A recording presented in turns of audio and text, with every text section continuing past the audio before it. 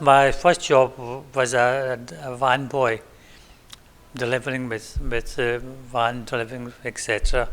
I done that for 2 or 3 months, and then I got a job with a French polisher, which used to make French polish. I worked with him for a few months, and upstairs there used to be a place made shirts, pajamas, etc. So I got a job with him as a cutter. Started going to college, night college, doing better cutting. After that, I moved on to Ingram Street.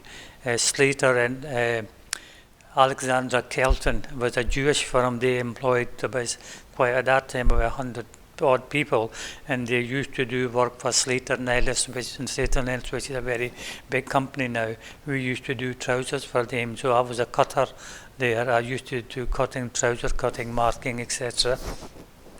Worked there for a year or 2 years, and just I don't know, maybe had this urge of moving about, So this is I started thinking. Then I started what you call it, joined the British Army.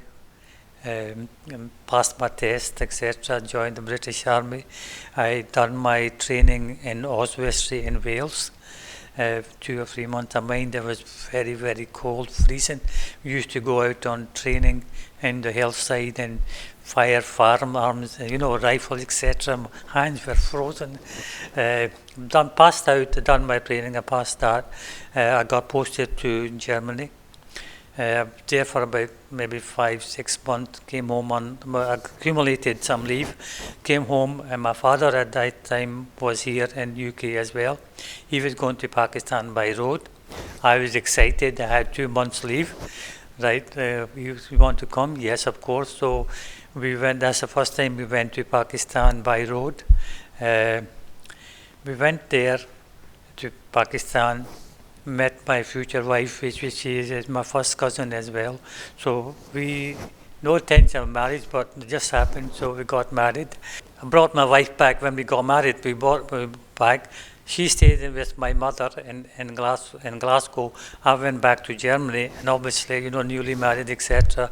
Didn't like I wanted to get out, so I bought myself out from the army. My father then set us up in shop over in just at Gallagate there used to be a dairy. Still, well, it's not there now. He set us up, me and my auntie, my puppy. He set us up there as a shop. So we started our first shop in about 1967.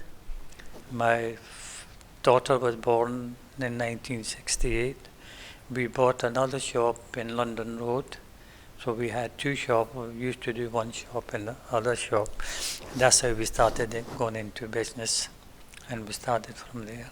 We had 2 shops. The one I had in London Road, that got demolished because of the Regis building. I was out of work. Done a stint up, joined at that time. Everybody, either you work in the buses or you do some other work. I joined the buses as a conductor with the Glasgow Corporation, and then I went on to Central SMT. I passed my driving license, my bus driver license there. So I done a stunt of that bus driving and conducting as well. Most of the time, those people all just worked in the buses as conductors, so I'd done a bit of driving. From there, after that, we just went back into business again. I bought a shop. No, me and my puppy and Uncle Sobert, we started, we bought a shop in Cumbernauld. This was in maybe 68, 69, about that time. So we went in partnership. 3 of us went into partnership and bought a shop in Cumbernauld. At that time, the rent and rates what we were paying, everybody was shocked because in Glasgow you were only maybe paying 250, 500 pound a year. From there to maybe go to 5,000 a year, it's a lot of money, and we were hesitant, but alhamdulillah, because there was at that time there was only one shop in the community, or one shop in particular scheme. Cumbernauld was a up and going town at that time. It was a brand new town, so we used to travel from Glasgow to Cumbernauld. We used to travel from Glasgow to Cumbernauld. We've done that for about a year or so. But obviously in winter time it was difficult because at that time you had lots of snow, etc. So I was the first one to move from Glasgow to Cumbernauld. We got a house at that time. Cumbernauld, as I was saying, was just a brand new town. Council was giving you houses. You can take your pick, whichever you want. So we got a house in Maple Road, which is maybe 5 minutes walk from the shop. So I moved there with the family. We were the first one to move into Cumbernauld. At that time, there was only, I think, with Raja Hanif, he had a shop in Greenfield, and apna Khan Saab, apna no Fat Hogan, he had a shop in Greenfield. That was only 2 Asian there. Once I moved in later, short while later, Uncle Sobert moved, and then my auntie moved as well. So there was 3 houses there in Cumbernauld. There was nothing there at Cumbernauld apart from the Avon Hill scheme, and you had the other scheme then South Cumbernauld. There was no shopping centre, nothing. It was only the main shopping centre. There was Woolco there and nothing else. And then obviously through time Cumbernauld is grown into a major town now.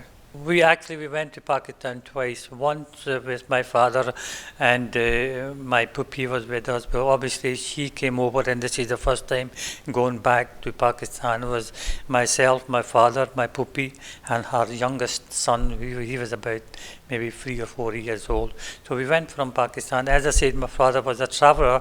He used to travel extensively. He spoke Turkish, he spoke Arabic, he spoke other languages as well. So he was wheeling and dealing all the time, going through. So he would buy some items from here, sell them in Turkey, sell something from Turkey, and the way he goes. So that's where we went from here, from Glasgow, obviously down to Dover, took the ferry there over to Calais, through what you call it, Belgium, Germany, Austria, Yugoslavia. My father had a Yugoslavian wife as well, so he knew the language. We stayed in Yugoslavia for a few days, from there onward to Turkey, Iran, and then from Iran to Pakistan. The next time we went through Peshawar, we went to Turkham, we went through Afghanistan. That was maybe few years later when we had Saika and Razwan. We had 2 children, so that's the second time we took 2 cars with us. That time you would take cars and you would sell them in Pakistan. So we had two cars. So second time we went by road. We went through Afghanistan and through Turkham there, and then came back by air. As I said, we had two. One of it was an ambulance, converted ambulance, the one you see now, and one was for travelling, and one was, we had all our rations here, we had our cooker, etc.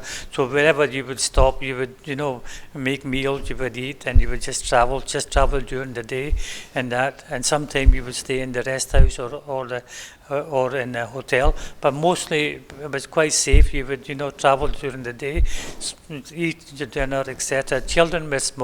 There was adventure for them, and they had whatever they needed, food-wise, etc. It was great. It was great fun.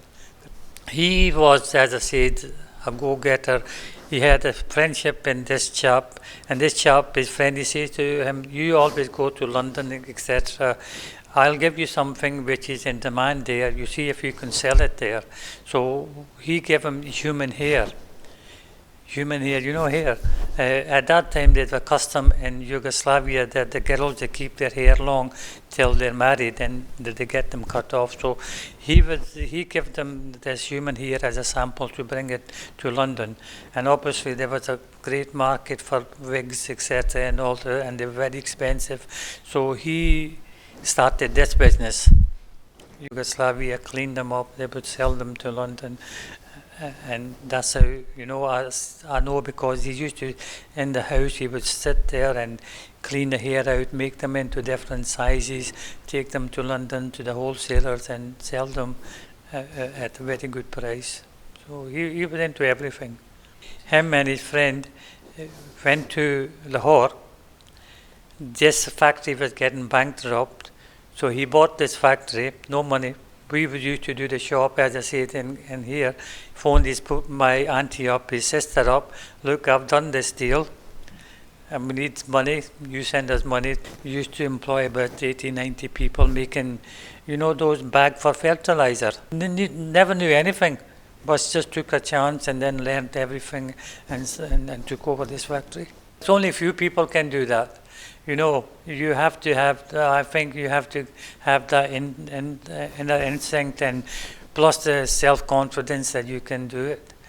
Because anybody uneducated doesn't know anything about machinery, how to do things, to go over and take over a factory which is bankrupt, but take it over and then make a success of it.